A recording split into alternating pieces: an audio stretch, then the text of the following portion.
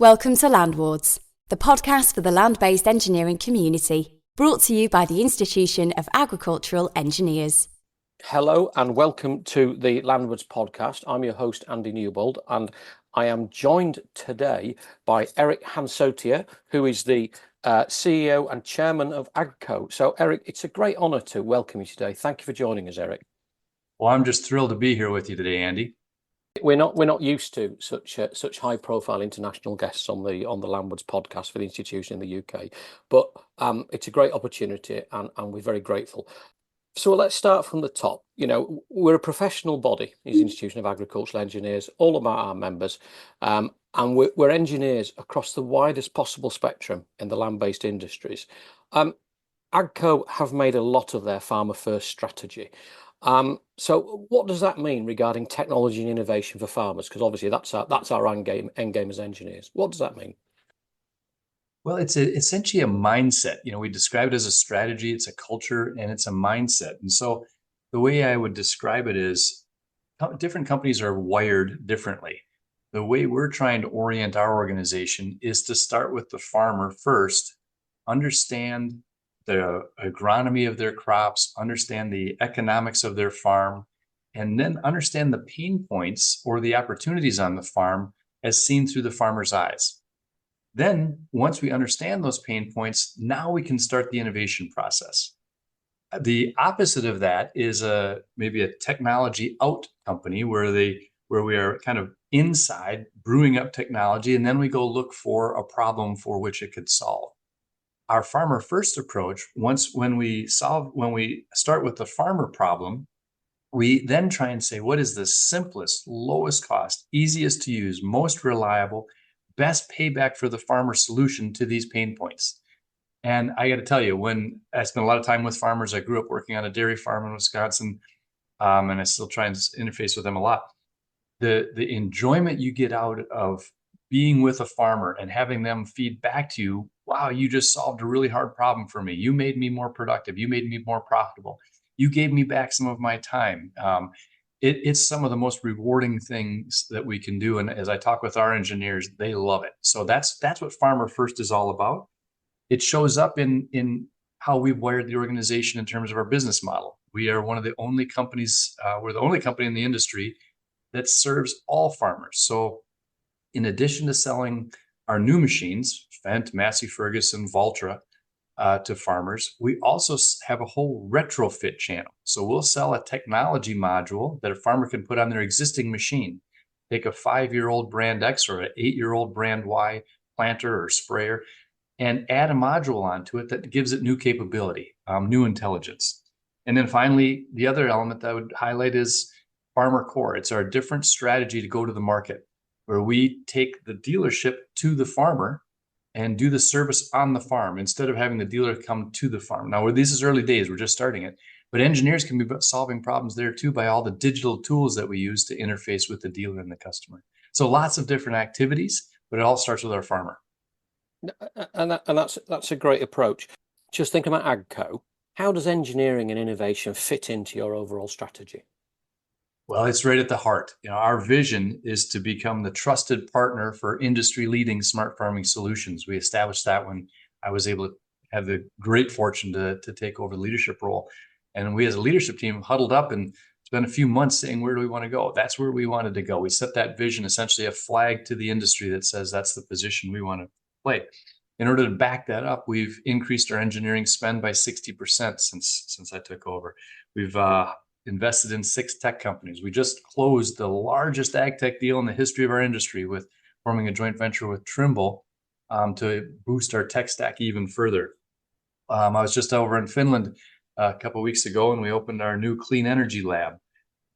So we've launched AGCO Ventures that opens up the opportunity for us to interface with startups and small companies where they have new ideas, and we can invite them in and be part of our overall platform. So we've got a lot of different investments, activities to all foster a culture and a result of innovation. We already are getting some of the feedback from the marketplace that AGCO is now the most innovative company in ag. we want to grow that lead. We want to become even more innovative. We've won the most awards at Agritechnica and the AE50 in North America. So the industry is feeding us that back. What matters the most is what farmers say. And are we solving the toughest problems for farmers in a way that they can afford easily and they find easy to use? So that's some of the elements that we've got underway to engage our engineers and our scientists, our data scientist people in solving tough problems. I mean, problem solving really comes to the nub of an agricultural engineer's raison d'etre. How do you embed, as this is an AGCO question, how does AGCO embed that iterative problem solving approach in your culture?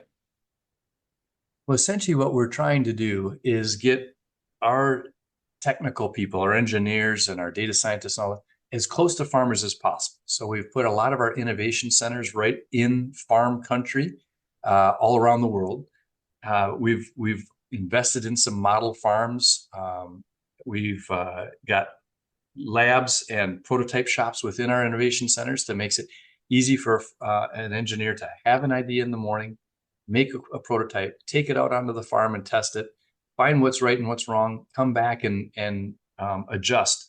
So we're trying to have that innovation cycle be very, very fast and very, very customer connected. We've got things like hardware in the loop systems where we can do the same thing on electronics, where we can test rapidly. We do a lot of virtual modeling. We invest in those tools. And we're now adopting heavily the use of AI and co-pilots, helping our engineers be able to bring in the elements that are more routine so that they can focus their energy on being innovative, doing the new and unique pieces of the job to solve some of the most exciting but most challenging problems on the planet, how to feed the world and do so more sustainably. So there's some examples of how we try and foster a great environment for our engineers. You know, thinking about an environment for your engineers, what do you do to develop and retain your engineers? Well, the first thing we do is we get them connected to the purpose they're trying to solve for. And that is, they're literally helping feed the world, literally helping solve the sustainability issue and make the planet cleaner. And that's usually one of the most powerful engines in the heart and passion and for our engineers. Tactically, we do a lot of other things. We create this environment. I've talked about how we invest in our labs and model farms and so on. We invest in workshops and certifications, training and development programs, internships, all different mechanisms for people at different stages of their career be able to get hands-on growth experiences to learn and develop, become not only they have more tools so that they can grow, but to feel appreciated and rewarded. And that's kind of a virtuous cycle. As they do more and more of that, they can solve bigger and bigger problems, which is even more rewarding for engineers. So we also host a lot of tech days. We have engineers present their innovations at tech days to media, to analysts. That's a great recognition element for our engineers when they can not only invent a new solution, but then they can also share it with the world and talk about how they came upon that solution and what it means for the customer. We talked about engineers, we talked about developing engineers. Let's think about technology itself. You know, we cast our mind back 20, 30 years. Driver assistance, GPS and auto steer are all native on harvesting platforms, on sprayers, on tractors. Where do you see autonomy fitting in? Or in other words, what are our next steps? Well, I'll say a couple of things here. First of all, autonomy is coming. We've shown that in the field last year, and we're showing it again this year. We're coming to the marketplace with a retrofit autonomy kit, but I'll come back to that. Let me first say the primary focus of the company right now is to automate features on the machine. So you think about autonomy and you say, okay, there's no operator in the cab. Well, in order for that vision to come to life, we need to automate all of the things that the operator was doing in the cab. And so our primary focus, where our largest investment is having engineers be able to understand what is it that an operator is doing to adjust, optimize, change, do something in the cab to make sure the machine is operating perfectly. And then how do we create sensors, software intelligence, and so on to have a closed loop system so that real time the machine can sense the environment, the changes in soil or crop, and make its own adjustments. And oftentimes, once we tackle these problems, we find that we can have the machine do a better job than the operator was doing. That's got to be the goal. that the machine can do it better than the operator could themselves, and certainly take a lot of the stress and fatigue off of the operator. So the job's being done better, and the situation is better for the farmer. So that's the main investment. As we do more and more of those things, that adds value to the farmer today. They can get the value of having the machine do that in an autopilot type way on their existing machine. Then in parallel, we're creating this outcome of a fully autonomous machine for certain applications. There are certain things, and that one's really this intersection of a technology solution that can do it, intersecting with a farmer that will trust that it will be done right. And so there's certain applications like a combine with a grain cart running alongside, or a tractor pulling a tillage operation. Those are early in the trust curve. And the farmer says, you know what, I can turn that task over to an autonomous operation, and I think it'll be done well. And so let's try that. Probably ones that are further down the curve are going to be a planting operation, where if something goes wrong in planting, the farmer, that's where you set your yield potential. And if something goes wrong there, you've now capped your yield potential, and farmers don't want to take that kind of risk. So that's how we've got them sequenced out. We've got a couple hundred different activities that the farmer does, and we're looking on how do we automate those in a sequence that intersects our ability to solve it technologically and the farmer's comfort level with turning that over to a machine. But a lot going on. We showed an autonomous grain cart, not only on our brand, but on other brands in the marketplace. That's why I was talking about this retrofit opportunity. Yeah. We're unique in the marketplace. Not only we do retrofit, but we do it on all brands of equipment. And why? It's because we're the most farmer-focused company. We want to be serving all farmers, not just those that have bought our brand before. We showed autonomous tillage. We showed automated spraying technology, where you can see a weed and differentiate it from the crop and only spray the weed. Automated planter technology to take over depth of how it's planted, singulation, spacing, fertilizer application, opening system, closing system. All those have been automated. And then a farm office that helps manage the data coming to and from the machine to help the farmer make better decisions. I mean, it's really interesting when you talk about the trust curve, because I think there's an industry-wide focus on the big prize of full autonomy. And actually, the big prize of full autonomy, as you rightly say, is built on the smaller building blocks of the straightforward tasks which a farmer is comfortable releasing control of, because actually he doesn't want to look over his shoulder and decide whether his machine's overlapping, and he'd be quite happy if it decided how say the compaction in soil, and it could adjust the depth in real time.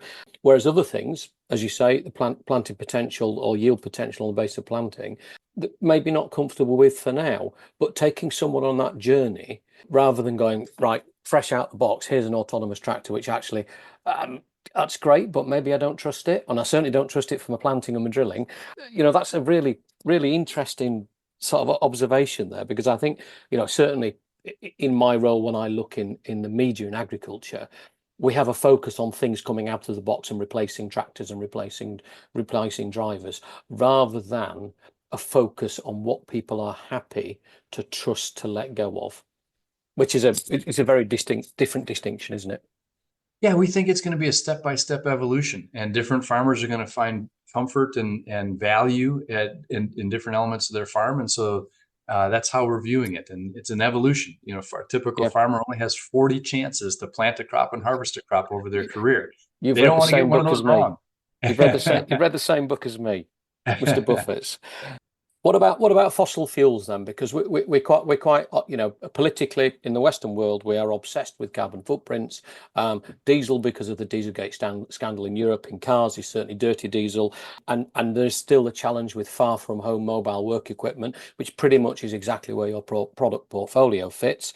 That we need to move away from dirty diesel, shall we say? What can we expect to see, or what's on your horizon, Eric? Well, clearly we know that this is an important role. So we've talked about a bit of the automating features and having the machine intelligently do a job in autopilot mode. That's a big emphasis. The other big emphasis, if you had to simplify it down, is clean energy solutions. So those are the two engines that we're investing in. About 2/3 of our overall engineering budget is on those two topics. And so let's talk about the second one. on clean energy, we've got multiple pathways that we're investing in parallel, because again, no two farmers are the same, even in the same area. But certainly as you look around the world, different farming and different local environments are going to adopt different solutions at different paces. So we're investing in those in parallel. On the one hand, battery electric. We've got a battery electric tractor that's in the market now. And for lower horsepower applications, especially varied duty cycle, where you're not just full load all day, battery makes sense. Probably 150 horsepower and below, battery solutions are going to have a role to play in the marketplace. So we're going to continue to invest in that, in batteries in that horsepower class. Then, as you get higher in the horsepower, the battery gets too expensive, too heavy. It's just not it doesn't have the power density for some of the higher load applications. And so that's where we're looking at hydrogen solutions and methane and methanol solutions at different parts of the world. They're still pretty expensive and the infrastructure isn't there, but ultimately they will show up as solutions in the market over time. But in the meantime, a big element that's going to be relied upon is renewable diesel. So all of our engines today, we call our AGCO engines, the core engines. And that core series of engines is already future-proofed. It can already run on multiple fuels without making any changes. You can run on regular diesel, you can run on renewable diesel. And in fact, at our Valtra plant in Finland, we fill every single tractor with renewable diesel as it leaves the plant. And we've got a partner with Neste. It's a great message to the marketplace that we think this is the future. We're backing it up with our own technology and investing in it that way. So 3 different categories, all running at the same time. That's why we invested in that clean energy lab in Finland, to make sure we're a leader in this area.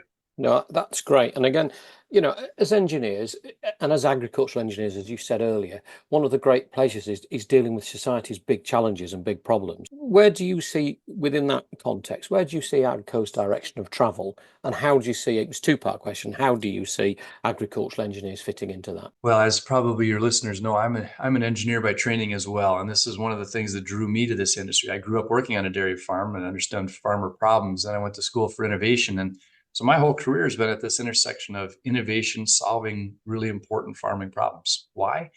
Because farming is one of the only industries that's got the opportunity to solve 2 really big and really important problems at the same time. Feeding our growing population. We've got a population that's growing from 8 billion to 10 billion people. We've got maturing economies that are adding more meat into their diet. That's a multiplier on the demand for food. And then biofuels that we just chatted about. As more and more biofuels come into the market, that's a 3rd demand driver. So we have an opportunity to solve that problem and at the same time combat climate change. And those are 2 big problems. That's where our 2 big investments are. That's what gets our employees very excited every day when they wake up, because we're driving innovation. We aim to be the industry leader on developing solutions, whether it's in the machine or the data sets that surround the machine. Data systems. And so that's something that gets our folks excited. We just launched another one of these model farms in North Dakota in 2023. All of these are continuing steps along, like with the Clean Energy Lab, these model farms are ways to be able to make sure that we understand farmers better than anybody else. We're solving their pain points in an efficient way and in a sustainable way.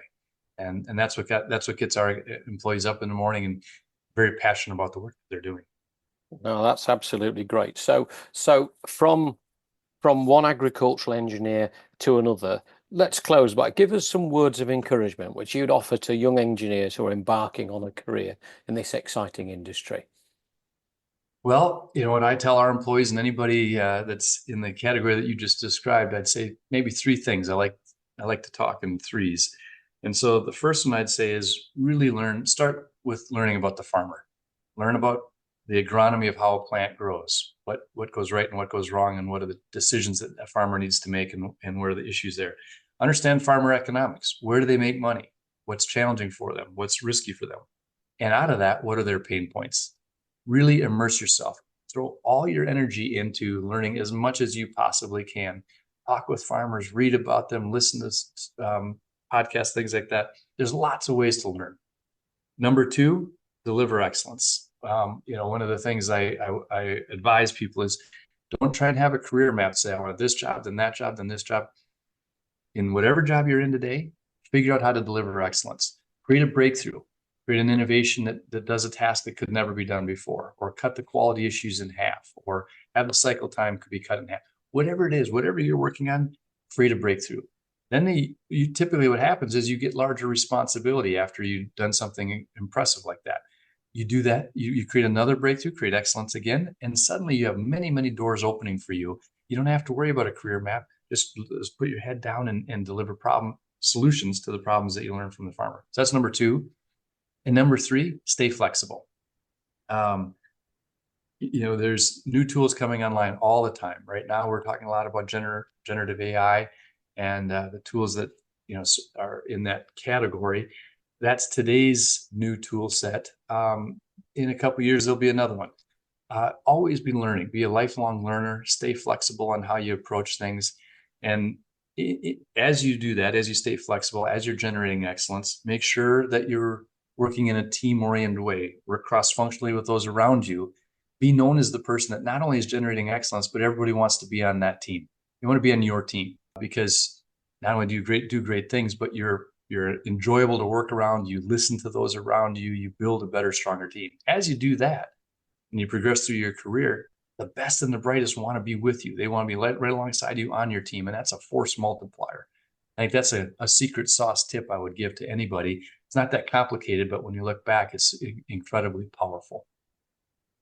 And all of those are, as an engineer, we love to delve into detail. We love to get technical. Everything you've hit the nail on the head with there, Eric, are softer, transferable skills. So that they're not because your level of calculation or finite element analysis, whatever, it's because you're prepared to work alongside other people, you're prepared to bridge gaps, you're prepared to show empathy, listen, and so on and so forth. And that's a really good headline, because as engineers, I think we love to dive into detail. We love to show our technical prowess.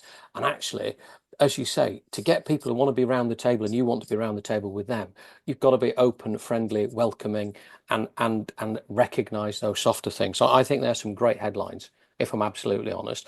It is 14:28 in the UK, which means that it will be 9:28 in the States, I'm guessing. Eric, shall we call it a day at that? I'm very conscious that you've given us a good chunk of your time today and some fantastic, encouraging, positive insights, both personally for us as engineers in terms of our career path and things to focus on, and also professionally in terms of where the wider business is going and what innovation is starting to look like with AGCO and your respective operations. So Eric Hansotia, CEO of AGCO, thank you so much for your time today. It's been great. Thank you for joining us. Really enjoyed it, and just wish all the engineers and those in the industry well. We've got a lot of challenges to solve, and I hope today we had some insights that were helpful, and look forward to maybe crossing paths with many of your listeners in the future. We've got big problems to solve, and we can only do that when we work together. Thank you. Thank you, Eric. You have been listening to Landwards, the podcast of the Institution of Agricultural Engineers. I'm your host, Andy Newbold, signing out alongside Eric Hansotia. Thank you, Eric. Goodbye. You have been listening to Landwards, the podcast for the land-based engineering community, brought to you by the Institution of Agricultural Engineers.